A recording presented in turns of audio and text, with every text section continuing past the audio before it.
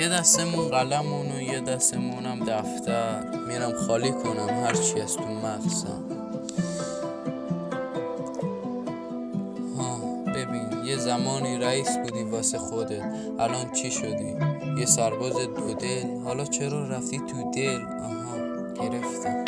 رفیقات گذاشتن کنار، خراب شده شهرت مثل هیروشیما. با خودت میگی حالا چرا من تو اوجی بودم مثل گنگ، چند روزه که انگار شدم مثل ال کلن، یکی بالا و منم پایین.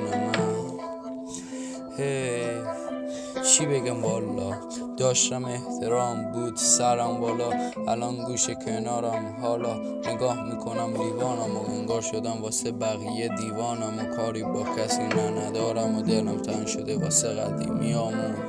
برم سراغشون و کنم آلبومم و به یاد بیارم خاطراتم و بندازم کینم و سرم و بالا کنم و بذارم لبخندم و تو نفهمی دشمن دردامو. این روزا باید ببرم بالا گاردهامو تا نبینه نقطه ضعفامو. با اینکه دارم دشمن دور و برم، به هر کی میگم نمیکنه باورم. همشون دنبال اینا که نکنم پیشرفت تو این کشور. یه روزی بیراه میشم انگار هیتلرم، کاری میکنم که بشین در قکای رو بیتم. اون موقع دیگه برگشتی نیست، هستین همتون رو بیتم.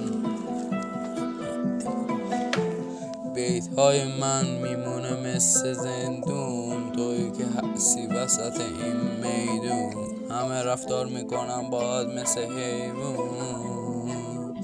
عوض خواستی به من چه، آزادی میخواستی به من چه. یادتی چجوری رفتار میکردی تو کوچه، میگفتی این لوچه. من همونم، حالا دارم فرقه، حالا زجرشو بکش. به من چه، به من چه. خلاصه حرفامو نوشتم با پوکه، یکم دقت کن همه چی توشه. زود قضاوت نکن وگرنه باید جمع کنی خوشه.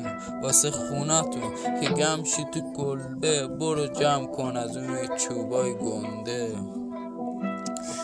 دیگه چیزی نیست کنه ناراحتم، خدا چاکرم خیلی راحتم. میشناسی دیگه رپرم، یه روزی میرم تو تاریکی شب، به من میگن ستاره رپ، به من میگن ستاره.